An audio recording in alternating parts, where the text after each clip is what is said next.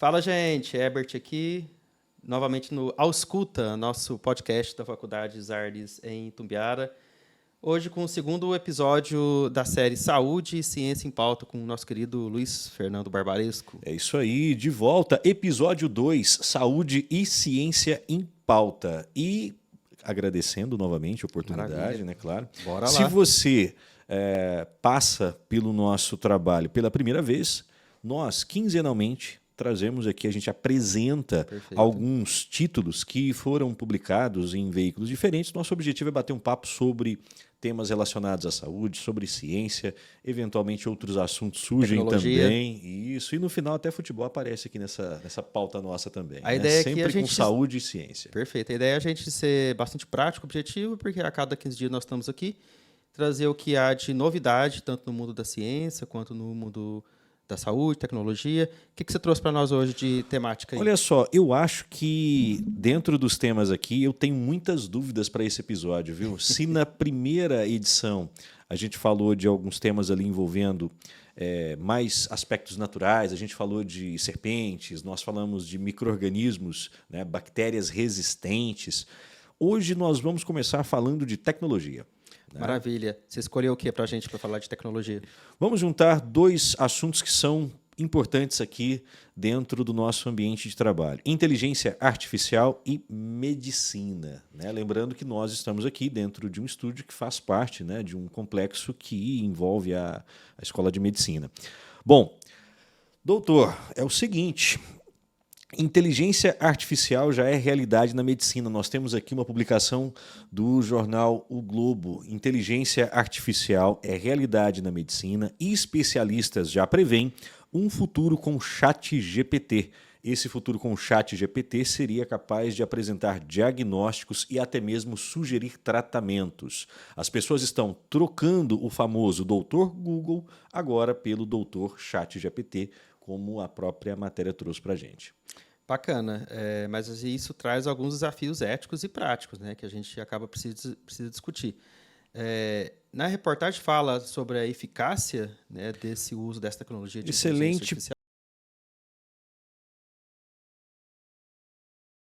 Nossa, algum tempo atrás, né, vamos pegar 4 anos, auge da pandemia ali, por exemplo. E não é tanto tempo assim. E não é tanto tempo, né?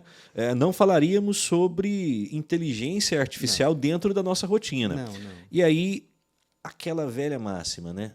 Quando você vai fazer uma pesquisa, você procura várias fontes, verifica os seus resultados, ou seja, adianta consultar o doutor Máquina? Não. Né? Ele pode ajudar. Nós falamos em ferramentas, aquilo que traz apoio ao dia a dia, seja de uma pessoa que tem uma relação direta com a medicina ou de uma pessoa que trabalha com uma outra área completamente diferente e simplesmente quer ali tirar uma dúvida. Né? Mas o que fica claro não é seguro, né? Já que a inteligência artificial ali ela vai trazer recomendações muitas vezes que não fazem conexão com aquilo que você está perguntando. Lembrando, a forma como você insere os dados, tudo isso é importante. Então é assim, para quem está ouvindo a gente, isso é muito importante para que as pessoas saibam. A inteligência artificial associada à medicina é algo fantástico, vai ajudar muito, mas nós não temos ali respostas prontas. Né? Não tem ali uma resposta pronta. Eu tenho dor de cabeça. Medicamento tal. Não vai, amigo. Não é assim, né? Não é desse jeito. Mas eu ouso falar que hoje não vai. Hoje não é assim. Mas quem sabe que 1 ano e meio, 2 anos. Está avançando muito rápido. Claro. Né? Se a gente olhar há 4 anos, é um abismo gigantesco em termos de tecnologia. Sim. Então, a gente está trazendo essa reportagem, você está trazendo essa reportagem hoje, em 2024. Se a gente ler ela daqui 2 anos, provavelmente a gente vai ter que discordar com alguns pontos que nós estamos colocando hoje. Claro. Mas sempre esse aspecto de auxiliar, né? Vamos pegar aqui alguns dados do próprio material que nós selecionamos para hoje. O uso de algoritmos, como foi apresentado aqui, ele já contribui muito, por exemplo, para a detecção de fraturas, né? Microfraturas, por exemplo, análise de risco para readmissão. Então, o material que você tem hoje disponível dentro do que nós chamamos genericamente ali de inteligência artificial, ele já ajuda bastante em alguns cenários, às vezes experimentais e às vezes até mesmo atividades que já são consolidadas. O exemplo que o texto traz coloca uma das instituições de saúde que é referência, o Hospital Israelita Albert Einstein, onde alguns algoritmos auxiliam na identificação de problemas em radiografias e na avaliação de risco de readmissão. Ou seja, não substitui, mas na verdade oferece suporte ao trabalho médico. Acho que é o ponto mais relevante aqui para nós, né? Com certeza. Se a gente consegue aliar uma hard skill junto com uma inteligência artificial, certamente o diagnóstico ele vai ficar muito mais robusto, né, do que somente uma das habilidades. Muito bom, Barbaresco. Temos outra? Na mesma linha de trabalho, nós selecionamos um material que foi produzido inicialmente pela BBC, né, foi publicado aqui pela BBC News Brasil, onde uma ferramenta de inteligência artificial ela é capaz de detectar tumores que, na maioria das vezes, não seriam detectados pela equipe médica. Então, é uma ferramenta de inteligência artificial, MIA, não sei a pronúncia como está sendo trabalhado. Okay. Né? Ela foi testada pelo NHS, o Sistema de Saúde do Reino Unido, e esse sistema ele é capaz de identificar pequenos sinais de câncer de mama que ainda não tinham sido observados ali pelos médicos. Olha que fantástico. Então, se a gente for olhar, e olhar no sentido de olho mesmo, Sim. a gente percebe que a nossa capacidade está sendo limitada, né? Seja por equipamentos, seja pelos próprios softwares. Então, a gente tem inteligências artificiais que aumentam isso, permite com que os profissionais consigam ter um conjunto de ferramentas ou de processos capazes de enxergar aquilo que a gente não consegue enxergar mais. Mas isso não está relacionado principalmente com o que ele foi treinado, com que aquele algoritmo foi treinado para isso? Exato. O que nós temos aqui? Pegando alguns dados que a gente analisou, né, pegando aqui algumas informações do próprio material, a ferramenta ela já foi testada em conjunto com médicos, obviamente.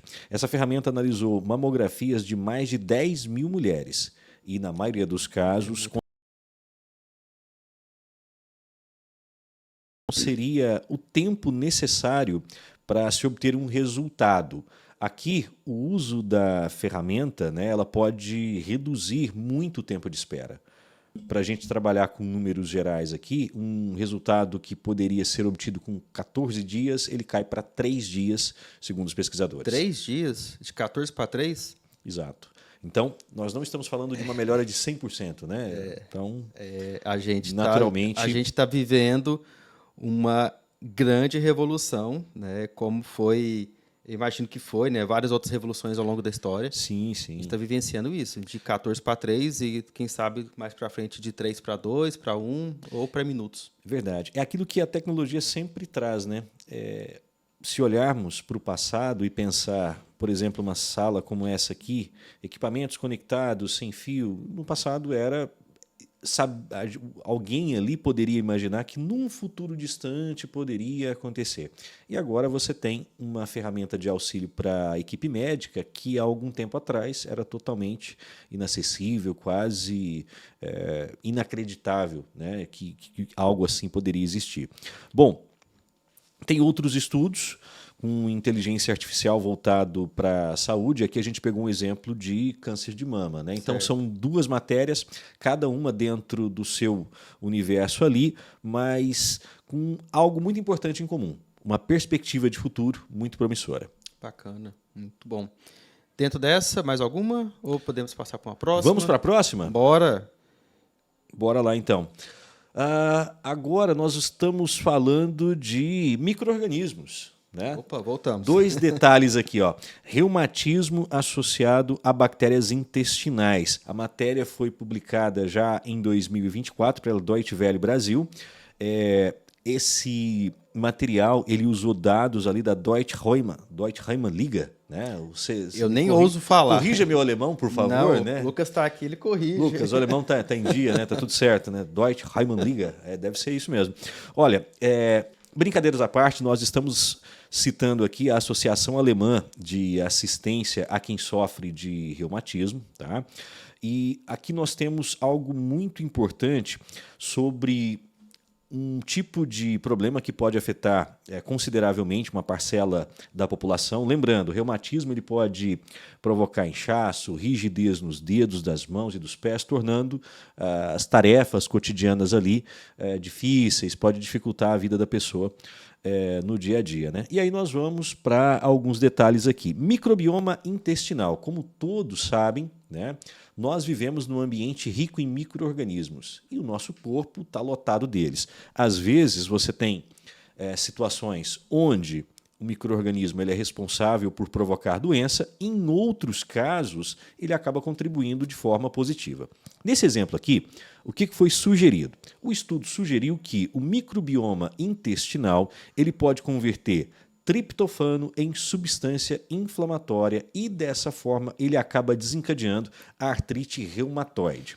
Então você associa bactérias, um processo bioquímico e depois o desenvolvimento ali no caso seria um exemplo ali o reumatismo, né?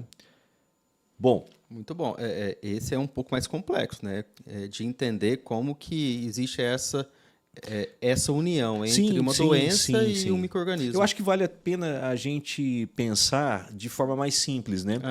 Quando se fala em física, química e biologia, eu acredito que o nosso papel sempre é trazer aquilo que acontece no organismo, ou de uma forma geral, dentro de um contexto químico, para uma linguagem mais acessível. Sim. Pensando em uma linguagem acessível, seria: você tem micro-organismos que estão em atividade no nosso corpo, eles estão capturando substâncias do meio, degradando, e, eventualmente, isso é um processo natural. Só que, para algumas situações, esse tipo de atividade bioquímica acaba gerando uma substância que, de uma forma ou de outra, nós não sabemos ainda, como o próprio estudo aponta, algumas substâncias têm uma atividade pró-inflamatória. Né? E doenças como o reumatismo têm na sua essência ali, claro, a resposta do organismo contra algum tipo de substância, algum tipo de antígeno que esteja em alguma parte envolvido, né? Então, isso aí seria algo importante. Mas lembrando, triptofano, a gente está falando de aminoácidos, de alimentação. Qual que é a saída para diminuir esse risco segundo o que a pesquisa aponta, né? Boa, quero saber. Bora lá. Então, o que nós temos? Segundo o estudo, uma dieta mediterrânea, rica em fibras vegetais, pensando, a gente está falando de um estudo que foi desenvolvido inicialmente na Alemanha, então soa eu acho que mais tem que trazer naturalmente uma realidade ali. brasileira dentro do nosso dia a dia. Mas algo que não seria tão difícil por conta, aqui falando da riqueza de vegetais que nós temos, da qualidade do alimento que chega à nossa mesa. Então, uma dieta rica em fibras, né, carnes magras, seria a recomendação dos especialistas para que a pessoa pudesse ali manter o microbioma saudável e minimizar, reduzir as chances de inflamação e, consequentemente, ali de reumatismo. Maravilha. Na próxima reportagem, eu achei alguns pontos muito interessantes, mas fala basicamente que depois que a pessoa para de fumar, depois de um certo tempo, ela pode descobrir ainda algum impacto no sistema imunológico. Como é que isso funciona? Qual que é a reportagem? Olha só, vamos lá. Cientistas descobrem que tabaco tem impacto nocivo no sistema imunológico mesmo anos depois de se deixar de fumar. Lembrando, Euronews aqui, o português não muito próximo do nosso português o português brasileiro, de Portugal. o português de Portugal. Então, o que nós vamos lembrar? O hábito tabagista ele tem as suas implicações desde sempre. Nós conhecemos muito bem casos de câncer de pulmão, entre outros ali. Agora, esse estudo ele revela que, de acordo com os resultados, o hábito tabagista ali, ele tem um impacto a longo prazo no sistema imunológico e, teoricamente, né, as teorias que foram testadas, né, os fumantes apresentam uma resposta inflamatória aumentada. E esse efeito ele pode persistir mesmo um tempo muito prolongado após o abandono do cigarro. Então, naturalmente aqui, qual foi a conclusão? Olha, fumantes que deixaram de fumar continuam carregando sequelas daquele período para o seu sistema imunológico, mesmo por um longo período após abandonarem ali o cigarro. Então, quer dizer que está sim, mostrando, sim. além de efeitos nocivos imediatos, né, e Sim. alguns prolongados, como câncer, Sim, entre sim. outros, mesmo se a pessoa parar, ainda corre risco. É verdade. E o estudo ainda trouxe como destaque uma explicação para esse tipo de resposta que as pessoas apresentaram. Segundo os cientistas, o hábito de fumar ali, de uma forma ou de outra, influenciou ou afetou diretamente a expressão genética, produzindo um impacto direto no sistema imunológico. E esse impacto ocorreu assim de uma forma duradoura, né, persistente. Essa foi uma das conclusões que eles chegaram. Perfeito. Outra reportagem? Olha só, o que apareceu aí agora?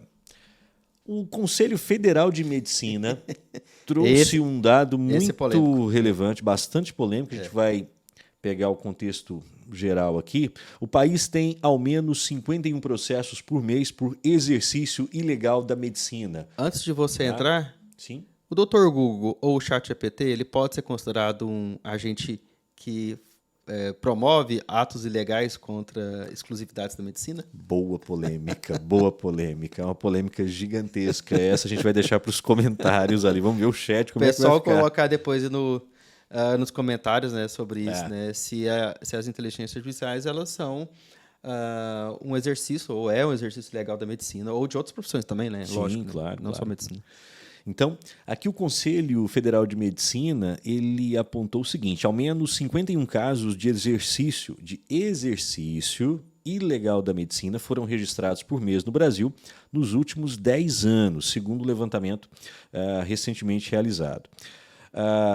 O que foi colocado em pauta aqui? Veja só, todos os dias você tem disputas judiciais, você tem denúncias e muitas vezes as pessoas ficam ali perdidas sem saber realmente se podem ou não confiar em pessoas que prometem um tratamento ou pessoas que vão cuidar de algo que elas estão contratando, que elas estão solicitando. Para isso, o Conselho Federal de Medicina ele alerta sobre a certificação. Tá?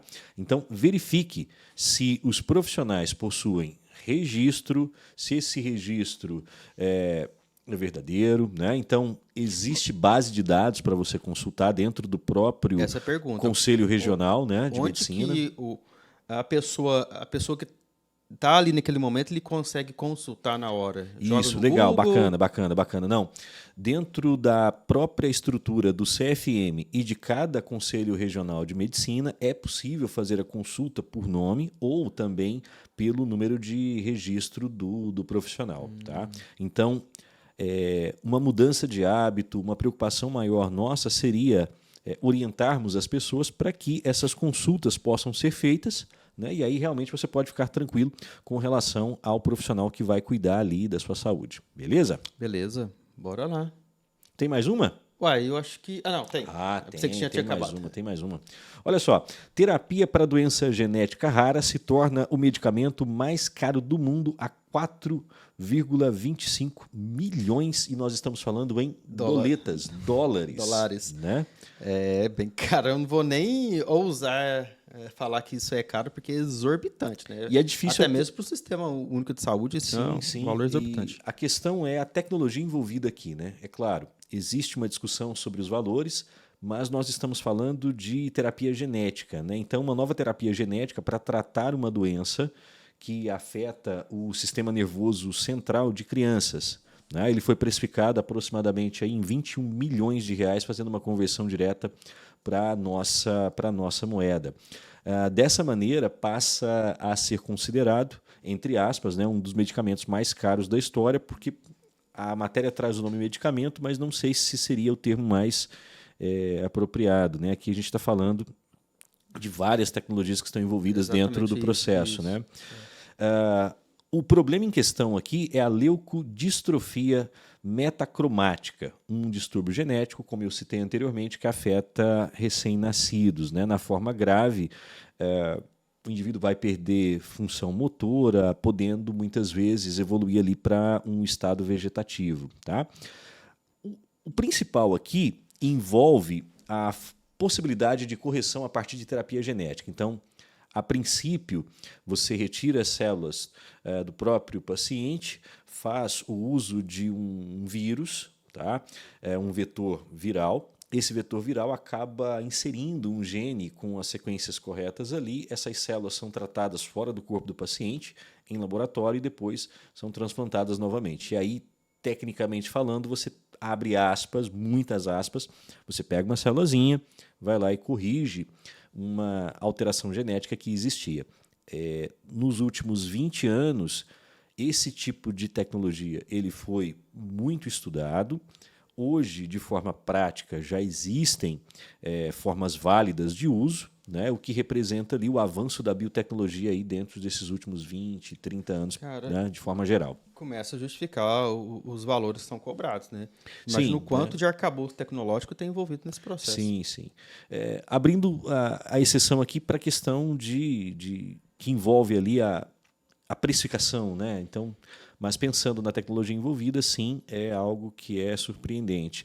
E esquecendo o aspecto numérico e pensando na possibilidade de tratamento, como nós mencionamos no início do nosso programa hoje, à medida que as tecnologias se tornam mais populares, naturalmente também há uma maior acessibilidade a elas, né? Então, esperamos que isso possa acontecer. Perfeito. Então, olha só, acredito que a gente passou rapidamente aqui pelos principais temas. Muito nós bom. falamos, a gente consegue voltar na primeira lá?